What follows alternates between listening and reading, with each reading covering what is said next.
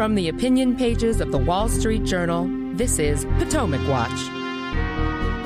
A group called No Labels aims to shake up the 2024 presidential race. But does a third-party candidate have any realistic path to victory in America's electoral system? Welcome, I'm Kyle Peterson with the Wall Street Journal.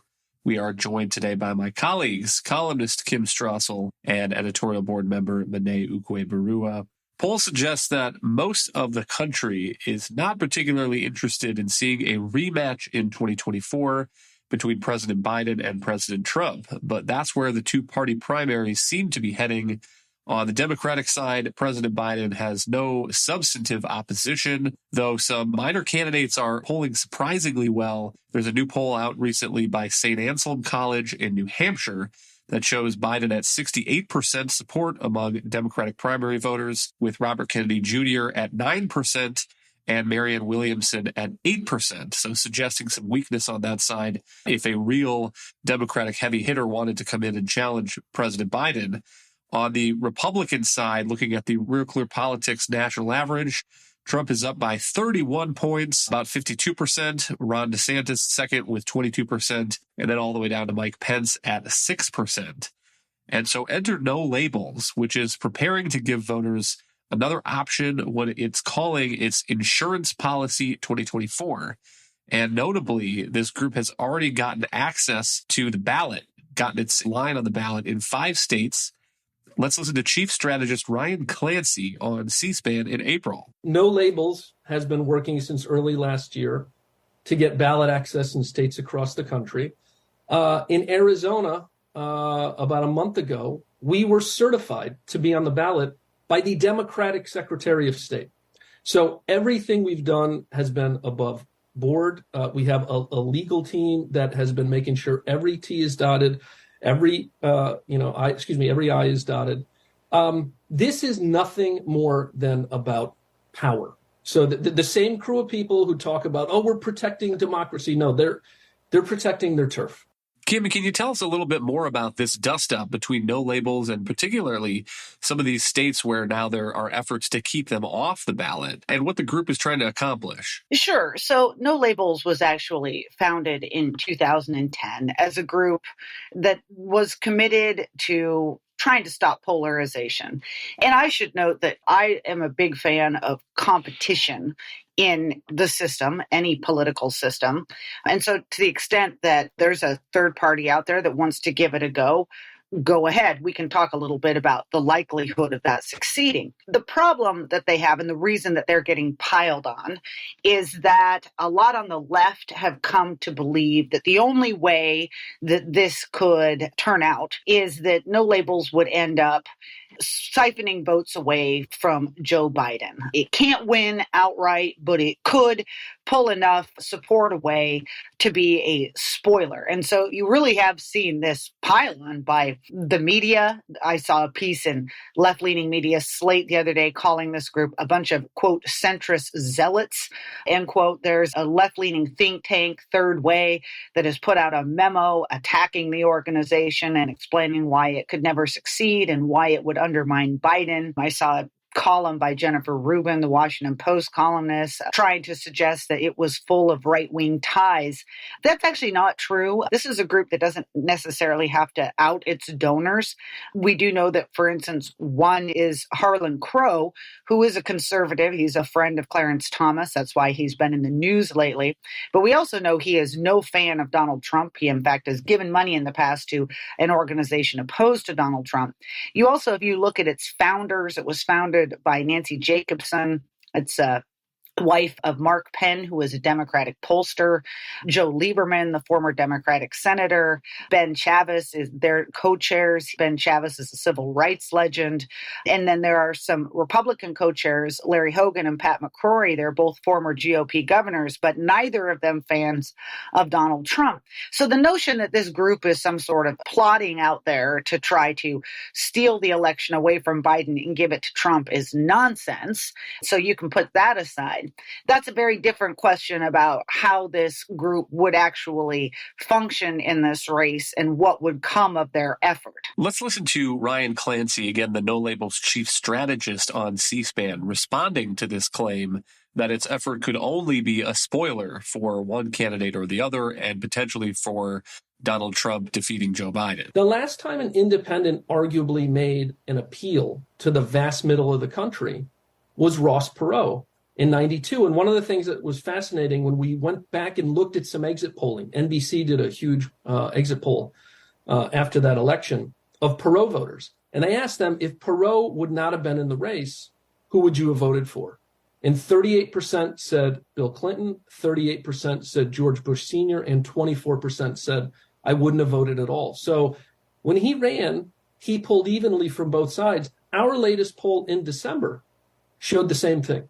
So it showed an independent ticket pulling evenly if the major party nominees were former President Trump and President Biden. To remind listeners of the final outcome in 1992, Ross Perot took 19% of the vote, but 0 electoral votes. President George H.W. Bush took about 38% of the vote, and then Bill Clinton won the election with 43%. And that gets to a real problem, I think, of having this conversation in the abstract. It's because we're talking about a no labels unity candidate, and we have no idea who that is. I mean, it's one thing, Monet, if it is Joe Manchin, for example, leading the no labels ticket, then you maybe could see many Democrats crossing over and voting for him, and that being a boost to Donald Trump.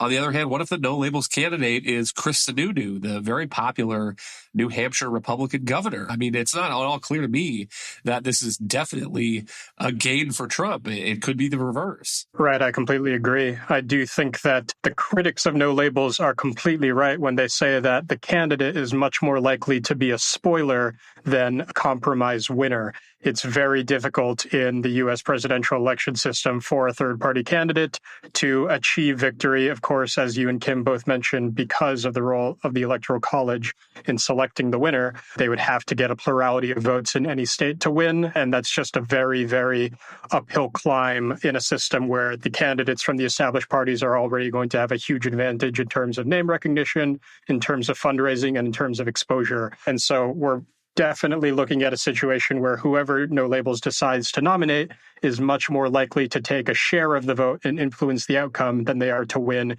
even a single state, not to talk of the entire election.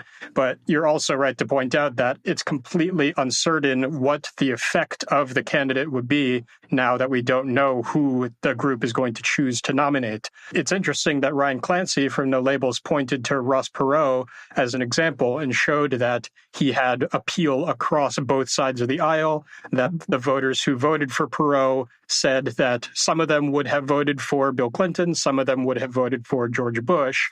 But Ross Perot was a very unique candidate in that he was not coming from elected office, was not deeply associated with one party or the other. Whereas with No Labels, we're looking at a situation where most of the names being floated as potential nominees, and you just named a couple in Joe Manchin and Chris Sununu, are associated with one party or the other. They're known as moderates, and they're known as being able to work with the other side of the aisle, but still, you can expect that if a person who is a Republican is nominated, that's going to take more votes away from Donald Trump. If a person who is Democrat is nominated, that's more likely to take votes away from Joe Biden. And of course, there are other variables like the platform that the candidate decides to run on, the person who ends up being nominated to the VP slot. But as of now, there really is no way to predict what the effect of the No Labels candidate will be. But what we can say is that they're very likely to act as a spoiler and probably will take votes more from one side than from the other side. The other thing that No Labels points to is some of its own polling that it says shows 59% of Americans would be open to supporting a moderate independent presidential candidate in 2024. And Kim, I take that number as a reflection of the unpopularity of both President Trump and President Biden.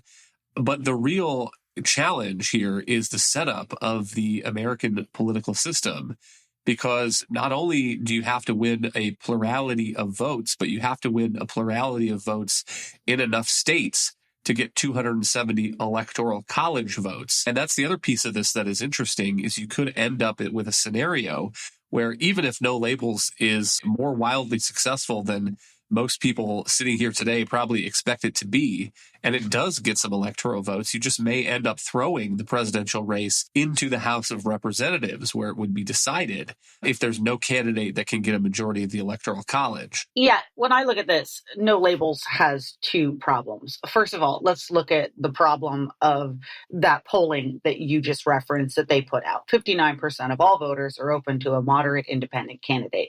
That included 53% of GOP voters and 59% of Democratic voters. Now, if you look at data, Gallup has done a long-running survey looking at the way that people identify in terms of party. And in 2022, it found that 41% of Americans now identify as independents. And you can certainly see that when you look at voter registration state by state. The number of people who have registered as independents often dwarf those who are Republicans or Democrats. The problem is that when you dig into that, the number of Americans who nonetheless are in that category who lean toward a Republican or a Democratic party is very high, like something like 4 in 5 of those people who identify as independents actually further identify with one political ideology or another. As a result, most of the studies have found that the truly independent, moderate middle, the true voter who doesn't have an allegiance to either party, is more like 5 to 10% of the population, which is not the basis to win an election as an independent ticket. The other problem they have, as you mentioned, is the Electoral College. Our system is set up really to kind of support a two-party system, and by that 270 vote number. And, it was interesting. No Labels, actually, a map that they had put together showing their path to victory, put out, was somewhat ridiculed, because if you look at it, first of all, even if they were able to win over states that are very dominated at the moment by the Republican or Democratic Party, right? And by some estimates, that equals about 220 electoral votes. So we're talking about, for instance, on the left, the notion of them trying to win like a Hawaii or a Vermont, or on the right, the notion of them winning an Alabama or a Mississippi. That's almost impossible to believe. But even if you look at the states that they could potentially get, and I'm not just talking about places that truly are swing states that were in play in the last presidential election, like Arizona or Georgia. You'd nonetheless, if they wanted to have any viable chance of getting toward there, you'd have to get a Wisconsin, a Virginia, North Carolina, Pennsylvania, Michigan, Colorado. This would be a huge, huge reach. And highly unlikely, unless you had two people on the ticket that were just superstars and that had a really compelling platform, which, by the way, that's another question. What's the platform going to be? So it seems very hard to believe, and therefore ends up in the scenario where you noted, where more likely, if they were to get on a lot of ballots and maybe they pulled it off in a little bit, all they do is deny one candidate or the other 270 votes and throw this to the House of Representatives, which would be a pretty wild outcome.